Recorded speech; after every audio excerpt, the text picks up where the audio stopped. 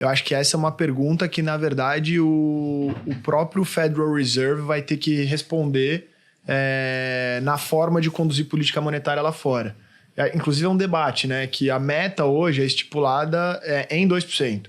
E tem um debate de em que momento que o Fed vai inserir lá no comunicado ou no objetivo final ali do que se propõe a fazer, a palavra ao redor de 2%, né? Uhum. Que é o debate, em torno de 2% o Fed vai estar confortável. Em banda, a gente aqui já é PhD. Já é PhD. Aqui a gente trabalha... que a gente ensina os caras. Exato. Tá abaixo de 4,5%, tamo bem, né? Então, lá fora é 2% e ponto. Então, tá escrito lá, o Fed tem um mandato dual, 2% de atividade e pleno emprego.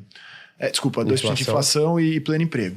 Então, eu acho que essa é uma pergunta que o Fed vai ter que responder. Eu acho que hoje ele vai seguir tentando, eventualmente não, certamente vai tentar trazer essa inflação para 2%, e aí entra o outro componente que você falou. Só consegue fazer isso reduzindo o nível de estímulo e aumentando o que a gente chama de apertamento monetário, né, que é uma taxa de juros mais alta. Então, essa é a única forma de você conseguir fazer isso, a única arma, talvez não a única, mas a mais poderosa que o Banco Central lá fora tem para conduzir política monetária. E aí o impacto disso, acho que, eventualmente, vamos pensar nos dois cenários, se o Fed eventualmente chegar e falar, beleza, vamos flexibilizar essa meta e vamos deixar a inflação rolar solta entre várias aspas, né? Vamos deixar ela flutuar mais ao redor de 2%.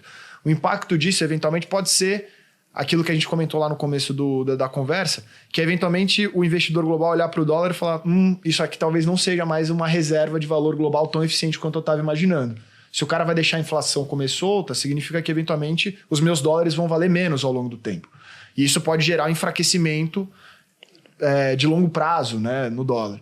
E isso tem impacto muito forte para as economias emergentes. Quando você está num cenário de dólar fraco, globalmente, o que acontece é que, normalmente, as economias emergentes elas respiram mais, né? Elas têm uma parte do endividamento em dólar, e acho que o mercado, do ponto de vista assim, de ação de preço aqui, também respira, né? Você vê que o dólar dando uma recuada aqui, a bolsa normalmente anda mais. Então, assim, o cenário de dólar fraco nos Estados Unidos pode, inclusive, ser bom para economias emergentes do ponto de vista de fundamento e do ponto de vista de price action, que a gente chama, né? Performance de bolsa, câmbio e juros.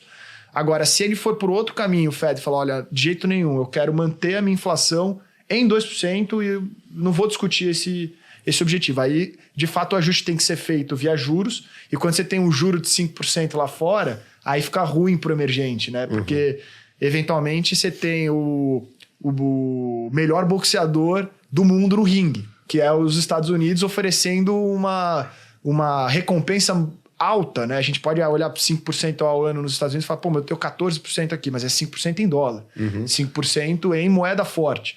Muito difícil de ser batido isso em termos de atratividade. O que acontece você tem fluxo de capital saindo de mercados emergentes e indo para Estados Unidos. E aí é uma consequência, eu diria, entre várias aspas, mais perversa para as economias emergentes. E esse que é o impacto ruim para principalmente Brasil, assim, eu diria.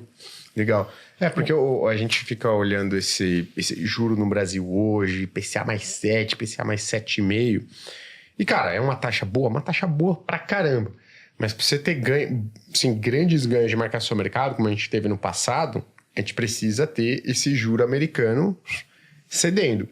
Então, quando a gente olha, e aí de novo, né, você conversa bastante com o pessoal lá fora, tá olhando bastante lá fora.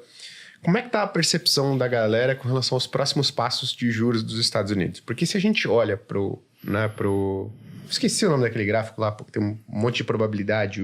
É o dot plot? O dot. Não o dot plot. Que o mercado vai colocando lá os percentuais. O Fed Watch? Isso. Qual que é o percentual de chance de queda, né, de juros para cada reunião do Fed? A gente vê que esse ano ainda você tem 2 cortes de juros embutido na curva de juro americana. Só que aí você vai ver o discurso de alguns membros do Fed e você fica pensando, caramba, mas será que vai dar? Parece que não. Quando você conversa com os maiores gestores lá fora e acompanha bastante, qual que é a percepção de vocês? Acha que o Fed, o Banco Central Americano, vai entregar esses cortes? Acha que o juro nos Estados Unidos vai cair, vai dar esse alívio para a emergência e, consequentemente, para o Brasil?